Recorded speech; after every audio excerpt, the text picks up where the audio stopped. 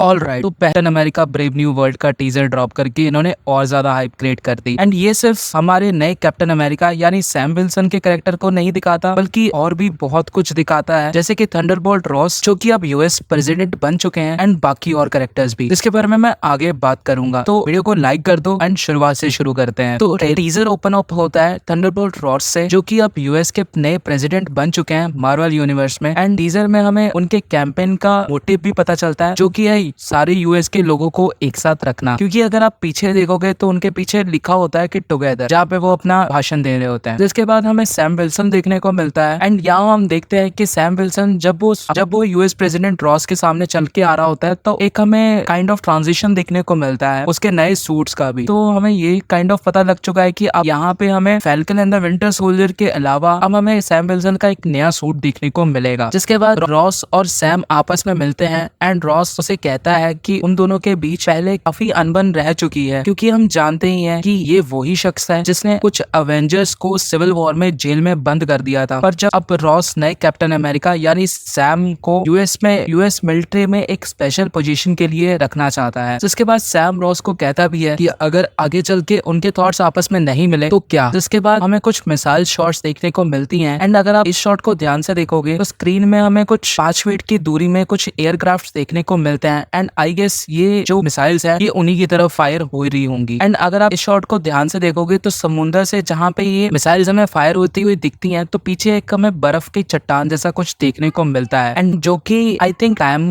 टाइमवुड Iceland का एक shot हो सकता है, जो कि हमें पहली बार इटर्नल्स मूवी में देखने को मिला था। जिसके बाद रॉस सैम को कहता भी है कि वो दोनों आपस में मिल जाए तो यूएस के लिए कुछ अच्छा करेंगे। इसको सुन के लगता है कि प्रेसिडेंट रॉस ने यूएस के लिए कुछ ऐसा प्लान करके रखा हुआ है जिसके बारे में किसी को नहीं पता, एंड शायद सिवाय थंडरबोल्ट रॉस के। जिसके बाद हमें सैम जैकवेट टॉरस एंड अजाया ब्रैडली देखने को मिलते हैं, जिसको लास्ट हमने falcon and the winter soldier में देखा था। बट यहाँ हम देखते हैं कि अजाया किसी एक ऑफिसर को मार के दूर फेंक देता है एंड रॉस पे गोली चला देता है। एंड अब यहाँ पे एक मेरी थ्योरी है कि जो अजाया ब्रैडली है वो अपने सेंसेस में नहीं है, वो बल्कि उसे लीडर जो कि इस मूवी का एक विलन है वो उसे कंट्रोल कर रहा है। इसके बाद हमें कुछ ऑफिसर्स भागते हुए देखने को मिलते हैं, जहाँ पे सैम भी भाग रहा होता है। एंड उसके बाद सीन शिफ्ट होता है रॉस के ऑफिस के अंदर, जहाँ हम सैम को भी देखते हैं। एंड वो रॉस को कहता है कि कोई अंदर का बंदा ही है जो इन सब चीजों का कारण है, जो कि रॉस को नहीं पता है, या शायद पता भी हो जो कि सैम को नहीं पता। फिर उसके बाद हमें देखने को मिलता है सैम और टॉरस कहीं चुपके जा रहे होते हैं, जो कि आगे चल के हमें पता चलता है कि एक मेडिकल रूम है। एंड ये मेडिकल रूम और किसी का नहीं बल्कि लीडर का होगा। ये मैं कैसे श्योर हूँ, ये मैं